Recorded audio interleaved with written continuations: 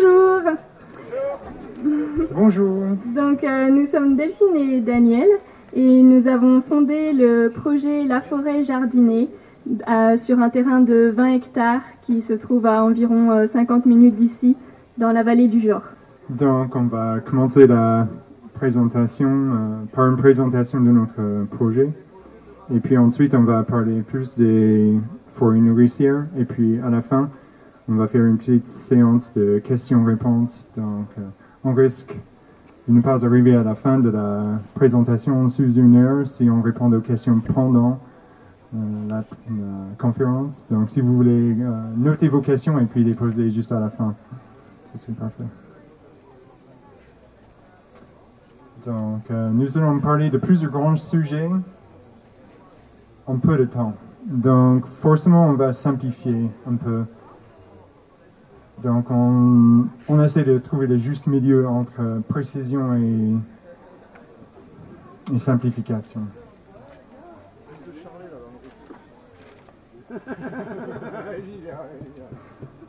Donc à la Forêt Jardinée, nous sommes en train de créer un exemple d'agriculture régénératrice à base de forêts nourricières, en plus d'un nouveau mode de vie qui permettrait à notre espèce de devenir fort bénéfique sur cette planète.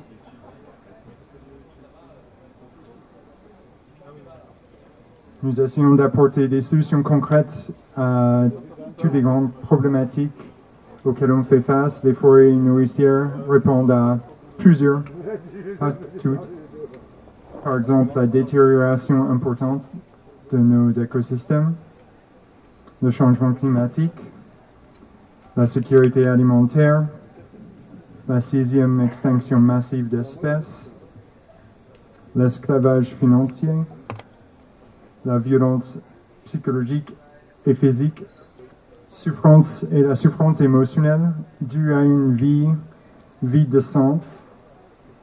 Les solutions existent déjà, heureusement. C'est juste qu'elles sont très peu connues et certaines sont très récentes. D'autres grands objectifs de notre projet sont d'avoir le plus grand impact positif possible, de montrer comment l'humain peut avoir un impact beaucoup plus positif que négatif sur notre écosystème, et de fournir les connaissances, les exemples concrets et les végétaux pour tout le monde qui souhaite eux-mêmes planter une forêt nourricière, et nous soutenons la plantation massive de forêts nourricières partout.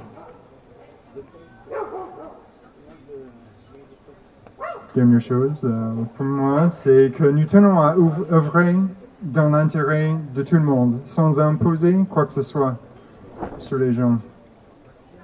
Nous souhaitons œuvrer avec d'autres personnes qui ont déjà décidé d'elles-mêmes d'apporter des changements à leur vie. Nous faisons notre maximum pour être nous-mêmes le changement qu'on voudrait voir dans le monde, mais ça prend du temps. Nous avons beaucoup avancé, mais nous n'avons pas encore atteint tous nos objectifs. Donc pour vous donner un peu de contexte, notre projet a commencé en 2015, on pourrait dire, même si ça s'est fait très progressivement. En fait, à la base, on était en région parisienne et Daniel était ingénieur dans l'informatique, moi j'étais luthière en instruments à vent, Daniel ingénieur pendant 13 ans, moi pendant 10 ans luthière. Et on a décidé que ça n'avait pas trop de sens en fait pour nous. Et on a étudié beaucoup l'agroécologie, la permaculture, les forêts-jardins, la biologie, aussi la communication consciente et bienveillante. Et on a décidé qu'on voulait vraiment changer de vie et qu'on serait plus heureux comme ça. Donc on a quitté la région parisienne, on a voyagé parce qu'on ne savait pas exactement où est-ce qu'on voulait nous installer et on a trouvé cette région qui nous correspondait vraiment à nos critères. On a trouvé un bien, acheté le bien, etc. Et on a commencé la plantation de la forêt-jardin au printemps 2020. Donc il y a eu une première zone de plantation au printemps 2020, puis après ça, en automne 2021 une seconde vague qui était encore plus conséquente. Pour le moment, la forêt-jardin est sur une petite surface, elle est sur 1300 m². Il y a toutes les strates supérieures qui ont été plantées, arbres, arbustes, c'est complet. Il y a un certain nombre de buissons, herbacées, couvre-sol, tubercules, mais il y a plus de végétaux à planter sur ces strates-là. Ça va être dans l'année à venir. Et ensuite, la forêt-jardin va être agrandie année après année. Donc, ce qu'on vise à terme, c'est qu'elle fasse plusieurs hectares. Voilà, sinon, parallèlement à ça, il y a aussi notre installation dans la maison. C'était une maison qui n'avait pas été habitée depuis 13 ans, donc il y avait des rénovations d'urgence à faire qui malheureusement nous ralentissent un petit peu en parallèle. Mais ça avance. Et voilà, sinon aussi, un autre projet en cours, c'est de créer une pépinière pour fournir des végétaux aux personnes qui souhaitent faire des forêts-jardins. Donc ça fait partie de notre projet de fournir des végétaux aussi. Donc voilà, la pépinière, on est en train de la mettre en place et les premières ventes commenceront en 2023. Donc c'est un processus un petit peu long quand même. Sinon, quelque chose qu'on commence aussi, c'est la transmission. Donc on organise des visites de la jeune forêt-jardin chaque 2 semaines. Et après ça, dans les années à venir, de plus en plus, on va se tourner vers l'organisation de formations et la proposition d'accompagnement de projets. Donc, nous sommes dans une descente énergétique planifiée pour essayer de minimiser notre empreinte écologique. On est installé dans notre maison depuis pas encore 3 ans, mais on a déjà des résultats initiaux encourageants. Par exemple, on a réduit notre consommation d'eau domestique de 90% par rapport à la moyenne française. Nous avons réduit notre consommation électrique de 90% par rapport à la moyenne française et nous sommes autonomes grâce à notre installation solaire. Nous avons réduit notre empreinte carbone de 88% par rapport à la moyenne française et nous avons réduit nos déchets ménagers de 98% grâce au compostage, revalorisation et au recyclage de ce qu'on peut. Donc maintenant, qu'est-ce qu'une forêt nourricière en fait? Je ne sais pas si tout le monde sait ici, mais je vais décrire un petit peu plus en détail ce que c'est. Donc le principe de cultiver sous forme de forêt nourricière, c'est d'installer des plantes nourricières sur les 7 strates de la forêt. Dans une forêt naturelle, il y a 7 strates. Et donc là, on va installer des plantes nourricières sur chacune de ces 7 strates. Donc les 7 strates, c'est les arbres, les arbustes, les buissons, les herbacées, les couvre-sols, les tubercules et les plantes grimpantes. On va aussi créer différents biotopes pour que chaque plante trouve sa place autant que possible. Donc il va y avoir des zones plus ouvertes, donc des clairières, des lisières, et puis des zones plus fermées où il va y avoir plus d'ombre pour les plantes qui ont besoin d'ombre. Et puis il va y avoir des zones plus humides pour des plantes qui ont besoin de sols plus humides, des zones plus sèches. Et par exemple des mares, on peut même faire pousser de la végétation comestible dans les mares. Voilà, donc il va y avoir une grande diversité de milieux et ça va être vraiment super pour avoir une grande diversité de récoltes, mais aussi augmenter la biodiversité considérablement. Sinon aussi, un autre principe de la forêt-jardin, c'est le fait d'aller avec la succession écologique. Donc, quand la succession écologique, je vais définir ce que c'est le mécanisme de la nature pour partir d'une roche et en faire une forêt. Donc en fait, quand on part d'une roche, il n'y a pas grand-chose qui pousse dessus, mais il y a quand même du lichen et puis de la mousse. Et puis génération après génération, ça se décompose et ça crée un petit peu de terre qui permet ensuite à ce que des herbacées s'installent. Et puis il y a de plus en plus d'herbacées, des générations et des générations, et il y a de plus en plus de terre. C'est ça qui crée la terre. Et ensuite, il peut y avoir plein d'herbacées. Puis, après les herbacées, on va avoir d'autres plantes qui arrivent, comme par exemple les ronces, qui en fait ce sont des plantes qui préparent l'installation de la forêt. Et ensuite, il va y avoir quelques arbres, mais des arbres pionniers qui supportent, quand ils sont petits, d'être en plein soleil. Et ensuite, une fois que ces arbres seront bien denses, il y aura ce qu'on appelle une forêt pionnière. Et une fois que cette forêt pionnière est installée, il y a une forêt secondaire qui peut s'installer. La majorité des arbres de la forêt secondaire poussent à l'ombre ou à mi-ombre quand ils sont jeunes. Et ensuite, une fois que la forêt secondaire est installée, après quelques générations, il y a une très grande diversité d'arbres et on arrive à ce qu'on appelle la forêt climatique. Donc quand on fait une forêt-jardin, ce qu'on vise, c'est quelque chose comme une forêt secondaire, mais à canopée éclaircie. Donc on a une grande diversité de végétaux qu'on trouverait dans une forêt secondaire, mais avec une canopée éclaircie pour que la luminosité pénètre jusqu'au sol, au moins dans un certain nombre de zones, pour que les végétaux des strates inférieures aient assez de luminosité. Quand on crée une forêt-jardin et qu'on va avec cette succession écologique, en fait, on crée de plus en plus de sol, de plus en plus de fertilité, parce que tous ces feuillages, branches, etc. qui tombent au sol créent de l'humus, et donc du sol, et donc de plus en plus de fertilité. Donc en fait, on est dans un cercle vertueux. On va toujours vers plus de fertilité. On n'appauvrit jamais. Et un dernier point, c'est que les forêts nourricières permettent de cultiver en 3D. On a l'habitude dans l'agriculture dominante de cultiver en 2D, c'est-à-dire qu'on fait des champs, par exemple, et on va cultiver une strate. Ça peut être des herbacées. Même par exemple, on va faire des vergers, mais ça va être aussi une strate. On va juste mettre des arbres. Mais là, avec les forêts nourricières, on cultive les 7. Donc on le cultive en 3D. Et donc, qu'est-ce qu'on trouve dans une forêt nourricière? Quelles sont les récoltes qu'on trouve? Donc ça peut... En fait, à peu près tout. Donc il y a bien sûr des arbres fruitiers, des arbres nourriciers de manière générale. Par exemple, il y a des arbres qui ont des feuillages comestibles. Il y a bien sûr les châtaigniers, etc. Sinon, on trouve des légumes. On peut tout à fait y intégrer les plantes potagères dans des clairières, par exemple. Et puis, on y trouve aussi des végétaux qu'on peut trouver dans des zones plus humides.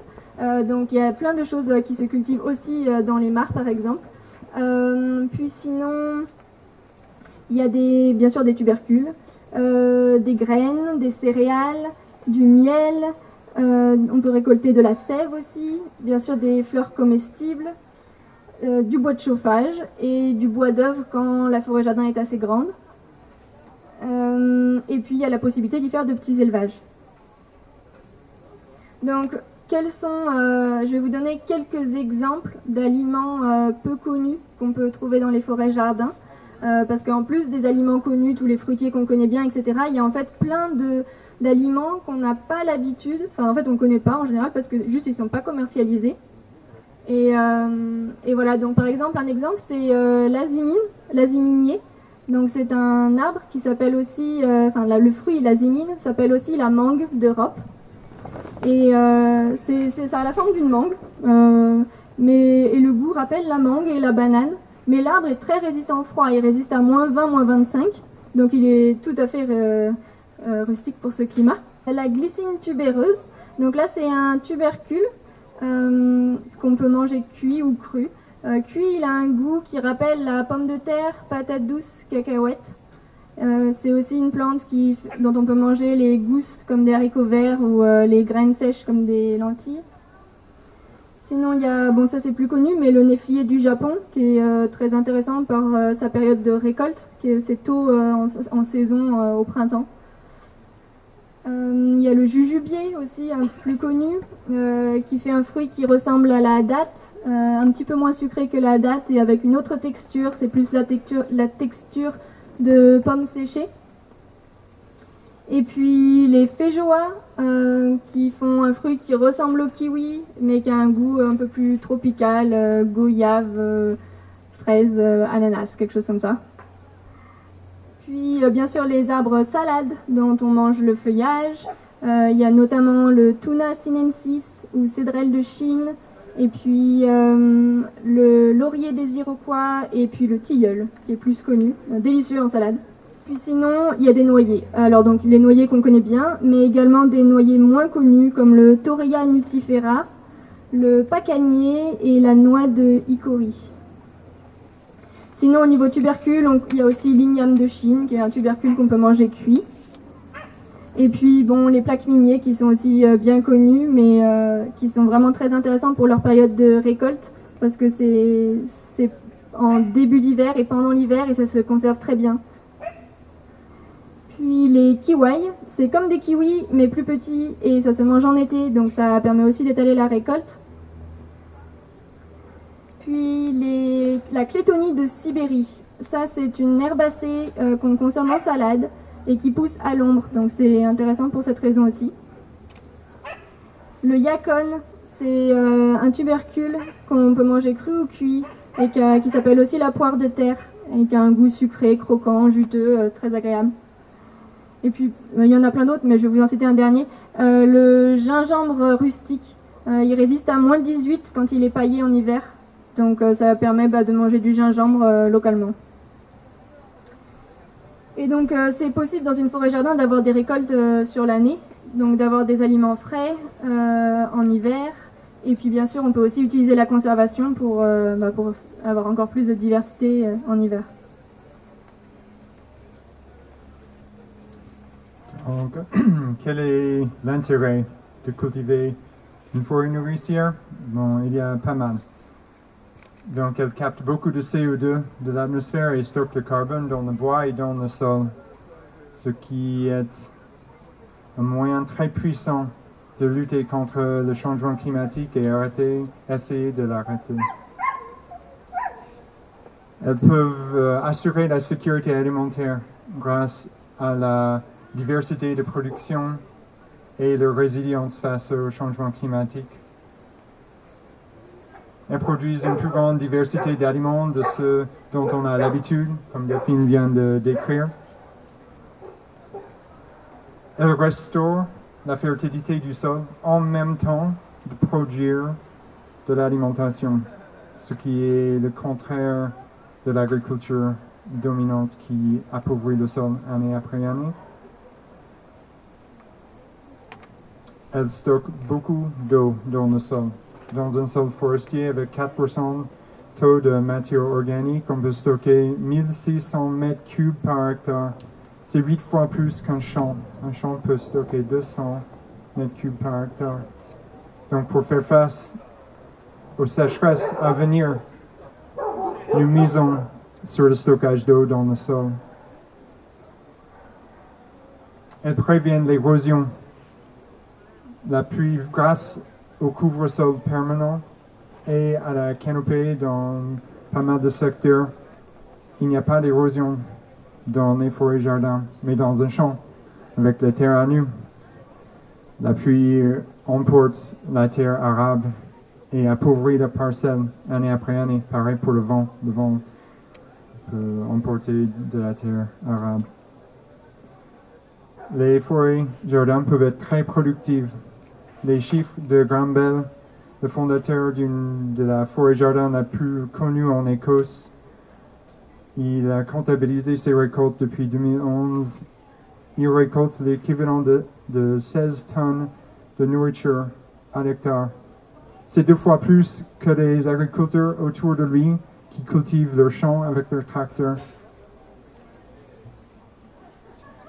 70% de la surface agricole en France est dédiée à l'élevage, principalement de cultiver les aliments d'origine végétale pour les donner au bétail. Ça fait vraiment beaucoup de surface. Pourtant, le bétail fournit que 13% de nos calories alimentaires. La dernière chose, c'est les forêts-jardins sont bénéfiques à tout le vivant. Avec autant de biotopes, autant de biodiversité, ça devient bénéfique pour en fait tous les êtres vivants. Dans un futur incertain, nous proposons de cultiver une abondance à toutes les échelles, c'est-à-dire chez soi, autour de son hameau, dans sa commune, dans et autour des villes autant qu'on peut.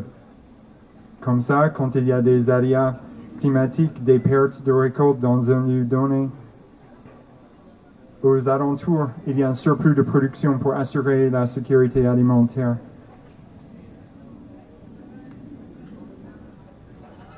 Les forêts nourricières produisent une abondance au long terme. Elles peuvent être transmises de génération en génération. Certaines espèces vivent des centaines, voire des milliers d'années.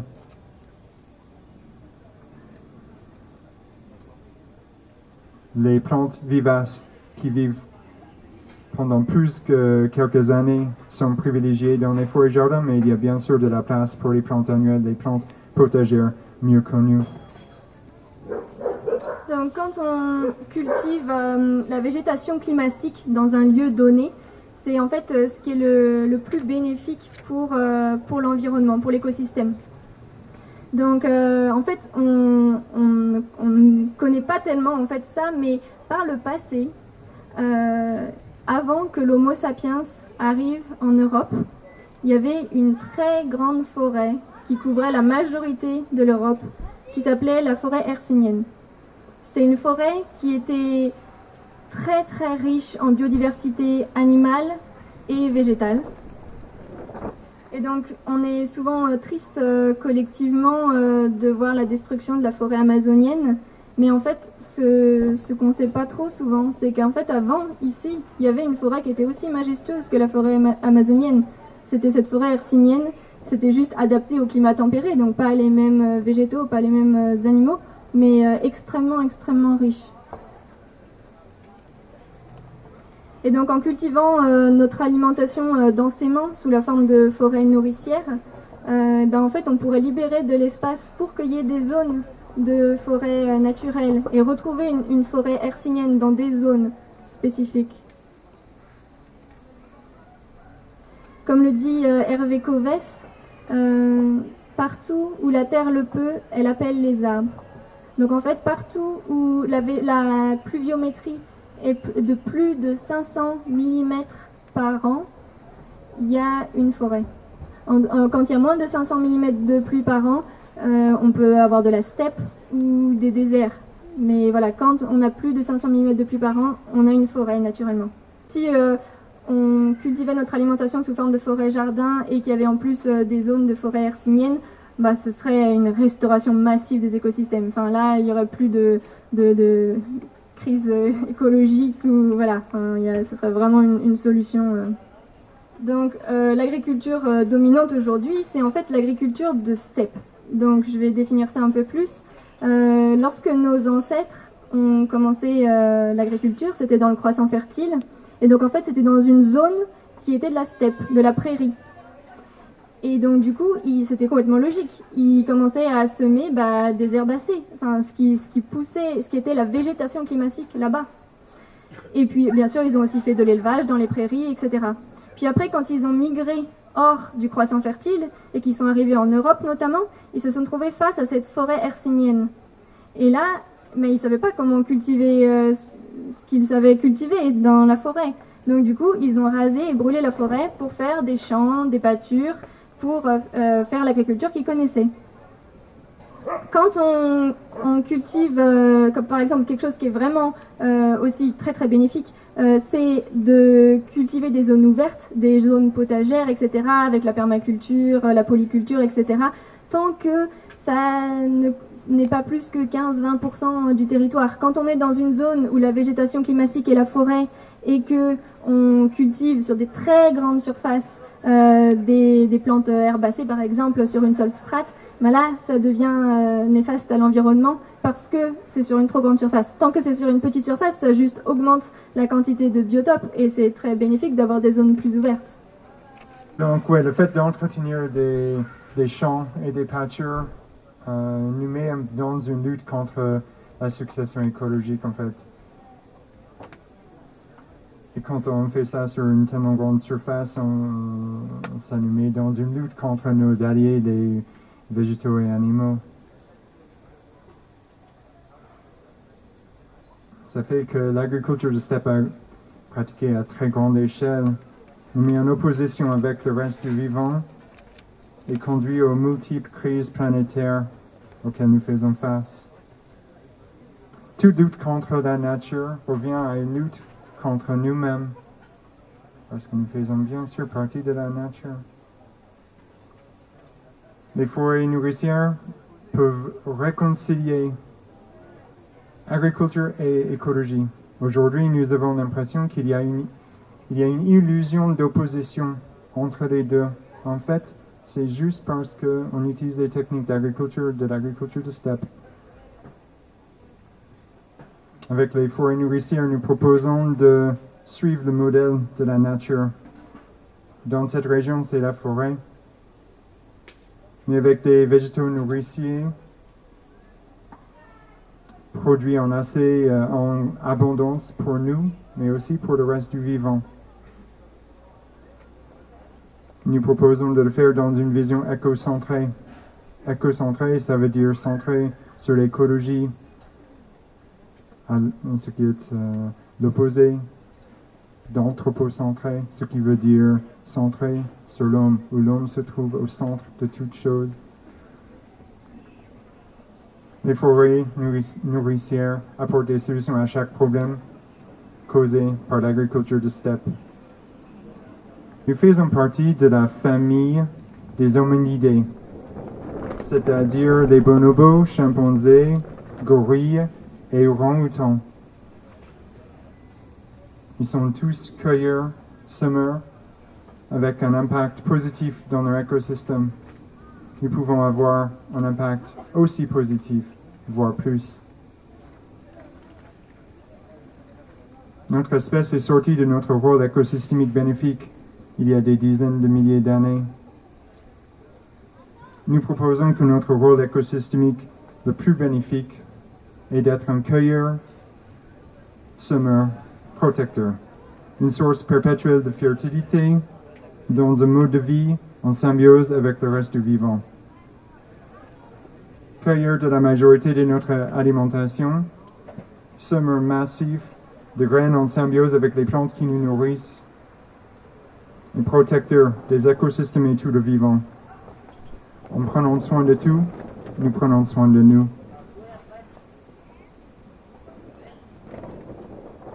Nous sommes dans un paradigme.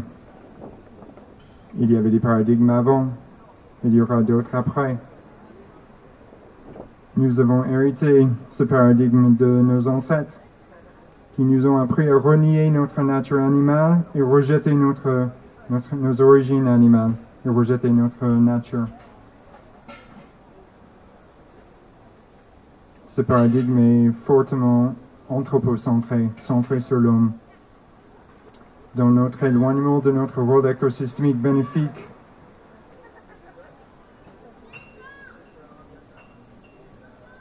on a développé des croyances que notre espèce serait supérieure aux autres espèces. L'homme utilise ça pour justifier la domination et l'exploitation de tout. Ça s'appelle le spécisme. Nous connaissons le racisme, le sexisme. Le spécisme, c'est la discrimination contre les autres espèces. Nous savons que ce paradigme est incompatible avec une vie durable sur Terre. Cette vision anthropocentrée nous maintient dans une perception du monde qui nous met en opposition avec nos alliés végétaux et animaux, ce qui induit la destruction de nos écosystèmes, l'écosystème qui permet notre existence. Sans quitter le paradigme actuel, les possibilités d'évolution sont très limitées. Créons le prochain paradigme. Nous proposons une vision écocentrée pour le prochain paradigme. Nous proposons de développer un mode de vie basé sur le mutualisme et la symbiose, pas la domination et l'exploitation. Nous proposons de prendre notre rôle écosystémique bénéfique, apprendre les besoins universels humains pour mieux les remplir avec de nouvelles stratégies qui remplacent les anciennes. Pour arrêter la violence physique, nous proposons d'apprendre à penser et communiquer sans violence psychologique, qui est la base, un prérequis pour la violence physique.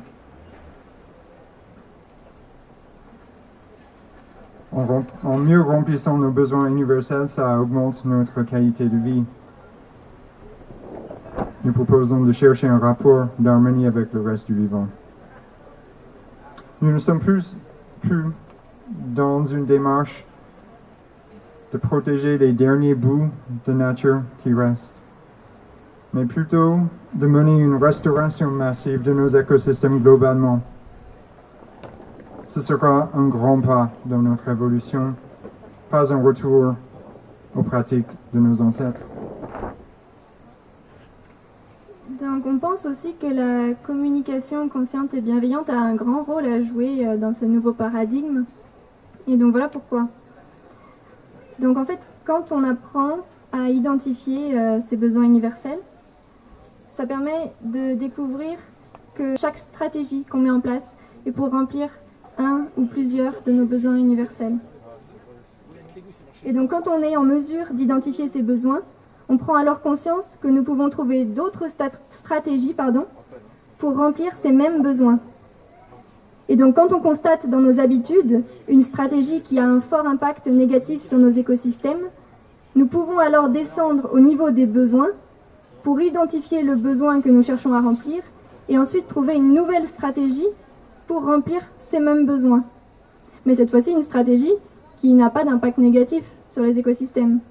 Donc en fait, au final, on a nos besoins autant remplis, on est aussi joyeux par rapport au remplissage de ces besoins, et en même temps, on peut remplir d'autres besoins qui sont par exemple prendre soin ou l'unité intérieure, être vraiment content de ce qu'on a fait. Donc c'est une façon de remplir plus nos besoins et de prendre soin de l'écosystème. Ça apporte une perspective de vie plus joyeuse et permet de restaurer la planète. Donc voilà, il y a plein d'autres intérêts à apprendre la CNV, mais je ne vais pas entrer dans les détails maintenant, ça sortirait de cette conférence. Il y a une synergie insoupçonnée entre 4 domaines de connaissances. L'agroécologie nous apprend à nous nourrir en aggradant l'écosystème, ça veut dire améliorer l'écosystème. La biologie, les études ont identifié le rôle écosystémique bénéfique des hominidés en tant que disperseurs de graines, des sources perpétuelles de fertilité, vivant en symbiose avec les plantes qui les nourrissent. La nutrition humaine. Des études récentes soutiennent que la production d'une forêt nourricière peut subvenir à nos besoins nutritionnels. La psychologie humaine. Les besoins universels ont été découverts, le mécanisme de la stimulation des sentiments agréables ou désagréables. Ces connaissances nous permettent d'éviter de saboter notre bonheur et nos relations, en plus de nous aider à vivre ensemble sans violence. Donc les connaissances existent, même si elles sont très peu répandues, pour restaurer massivement nos écosystèmes en subvenant à nos besoins universels. Nous pouvons produire une alimentation qui prévient les maladies de civilisation et optimise notre santé. Nous pouvons agir en symbiose avec le reste du vivant et mieux remplir nos besoins universels pour créer une autre qualité de vie.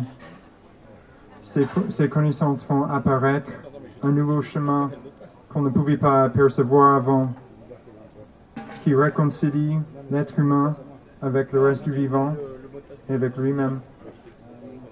Donc avant qu'on passe à la séance questions-réponses, je vous propose une petite promenade dans le monde qu'on pourrait créer. Donc je vous propose qu'on ferme les yeux et qu'on visualise un instant une France resplendissante de forêts.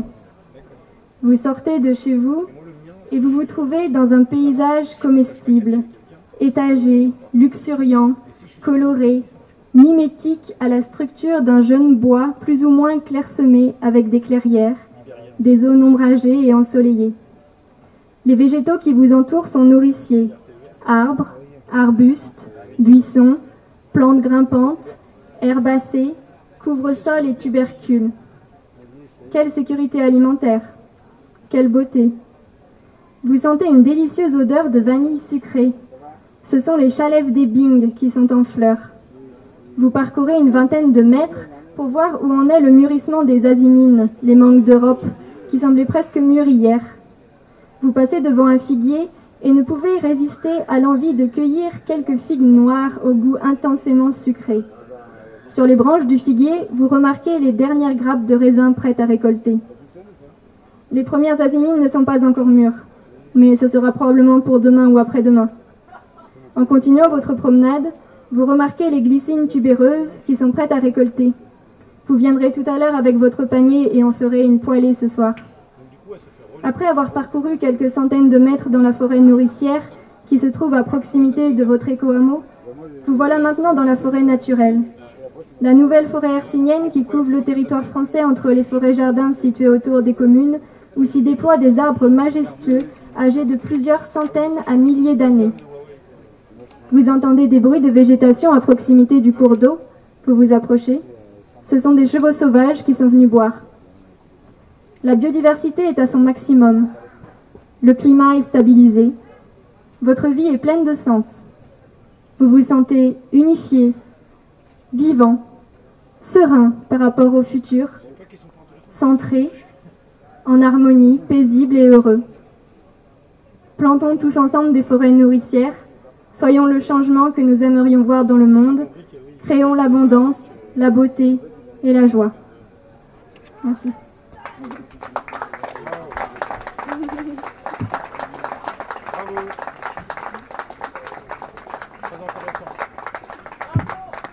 Merci.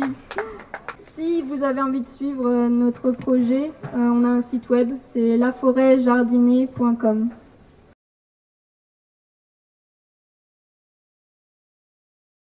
Donc je ne sais pas si parmi vous il y en a qui ont des questions. 260 mètres. Presque Beaucoup. tout. Ouais, vraiment beaucoup. Ouais. Ouais, donc je pense à Martin Crawford en Angleterre. Il est dans un climat plus frais que nous à 260 mètres, donc la végétation qu'il cultive pourrait bien convenir ici. Voilà.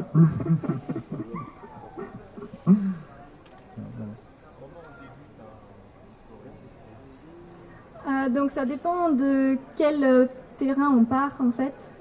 Si on part d'une prairie, d'une friche, d'une forêt, c'est un petit peu différent. Mais un grand principe, par exemple, si on part d'un pré, disons, parce que c'est quand même très courant, c'est en fait de planter les végétaux finaux, mais planter beaucoup plus densément que les végétaux finaux. Donc disons que on va au début mettre les végétaux finaux et entre eux plein de végétaux qui ne sont pas forcément nourriciers, mais qui sont des espèces partenaires. En fait, c'est des végétaux qui vont permettre de faire un environnement forestier plus rapidement, qui vont du coup apporter énormément de fertilité au sol avec la chute de leurs feuilles, etc. On peut aussi tailler pour mettre au sol leurs branches et tout pour accélérer la création d'humus et de sols forestiers. Et aussi parmi eux, il y en a certains qui sont fixateurs d'azote. Donc en fait, ils s'allient avec une bactérie, ce qui est sur leurs racines, et ils fixent l'azote atmosphérique dans le sol. Et donc du coup, ça permet d'enrichir la parcelle. Donc voilà, donc je dirais le principe c'est vraiment de faire très dense, très dense. Et par exemple, imaginons on veut avoir un pêcher, un cerisier au final, on calcule l'espacement final qu'on veut entre les deux canopées. Mais en attendant, on plante des espèces partenaires parce que c'est pas du tout bientôt qu'ils seront taille adulte. Voilà, je sais pas si ça répond à... Ok, cool.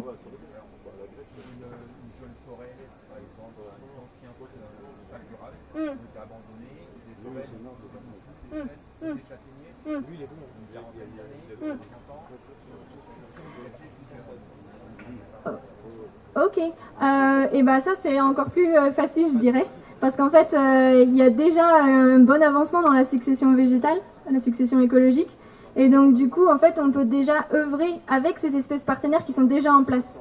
Donc les jeunes arbres fruitiers, il y en a beaucoup en fait qui viennent de la forêt secondaire, comme je disais. Donc quand ils sont petits, ils poussent à l'ombre des autres arbres. Et donc là, quand il y a ces frênes et tout ça, ça fait déjà de la mi-ombre pour les jeunes arbres fruitiers. Et donc du coup c'est excellent, on peut juste les planter dessous et puis petit à petit ouvrir, tailler des branches, élaguer, etc. pour leur laisser assez de lumière et au final remplacer les frênes par les arbres qu'on a installés. Mais ça se fait très progressivement. Oui, c'est l'accélération de la succession écologique dans la nature. La nature attendrait la fin de vie, la mort de ces frênes, ces autres arbres, et on peut raccourcir leur vie et mettre leurs branches au sol pour accélérer. Donc oui. C'est comme ça qu'on peut devenir bénéfique en accélérant cette succession écologique, parce que de plus qu'on avance dans cette succession, de plus le lieu est fertile et résilient et productif. En fait, c'est vraiment très très critique d'avoir de la matière organique qui se décompose au sol. Donc bien sûr des feuilles qui tombent des arbres, mais aussi des branches, etc. pour nourrir le sol, pour faire de l'humus et pour avoir un sol forestier, et aussi avoir des mycorhizes. Ça c'est vrai, j'en ai pas parlé. Oui, clairement.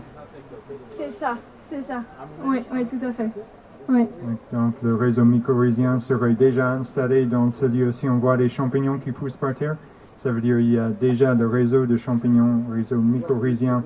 Donc les plantes se mettent en... En fait, ils se connectent au niveau des racines avec le réseau mycorhizien. Ils échangent les hydrates de carbone pour de l'eau et des nutriments. Et donc ça les aide à s'installer, à les alimenter en eau pendant des sécheresses. Donc en fait, quand on commence à partir d'une jeune forêt, on est beaucoup plus proche de notre objectif. C'est plus facile.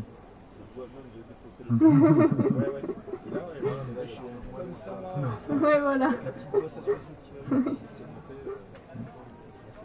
Est-ce qu'il y a d'autres questions? Donc la forêt-jardin en elle-même n'est pas une source de revenus, mais la pépinière, oui, tout à fait, va l'être. Oui, c'est ça, voilà, les arbres qu'on va faire pousser dans la pépinière et qu'on va vendre, oui, tout à fait, va assurer la stabilité financière du projet. Oui. On est très autodidacte, donc on a appris auprès des pionniers de la permaculture en lisant des livres, regardant des vidéos, etc. On a commencé l'apprentissage en 2015, donc ça s'est fait vraiment au fur et à mesure des années. Mais oui, voilà.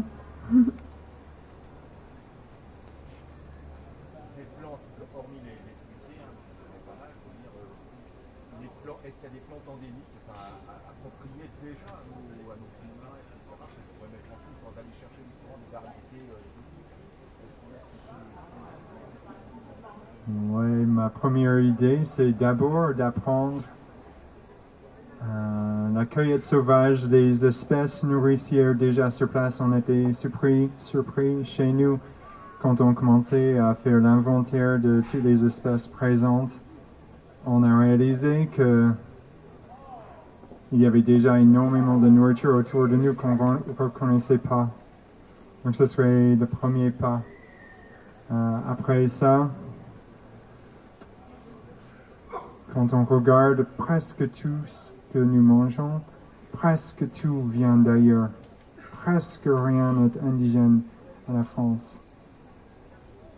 Donc, quand on pense aux pommes de terre, ou aux céréales, ou aux pastèques, melons, les cerisiers, les pommiers, les pêchers, mais presque tout vient d'ailleurs. Donc, nous pouvons jouer notre rôle écosystémique bénéfique en étant un semeur massif de graines des espèces qui nous nourrissent. Les plantes comptent sur nous et les autres disperseurs de graines, de disperser leurs graines pour les aider à coloniser différents lieux, et compte de plus de biodiversité dans un lieu, de plus le lieu est résilient. Donc on peut œuvrer en symbiose avec eux. Bien sûr, on fait gaffe à une poignée d'espèces vraiment connues comme envahissantes et problématiques, mais c'est plutôt un souci qu'on rencontre quand on pratique l'agriculture de steppe et on prépare une terre à nu. La nature va essayer de coloniser cette terre et donc on peut étiqueter l'espèce comme envahissant, mais en fait l'espèce essaie de cicatriser la plaie que nous avons laissée dans la forêt.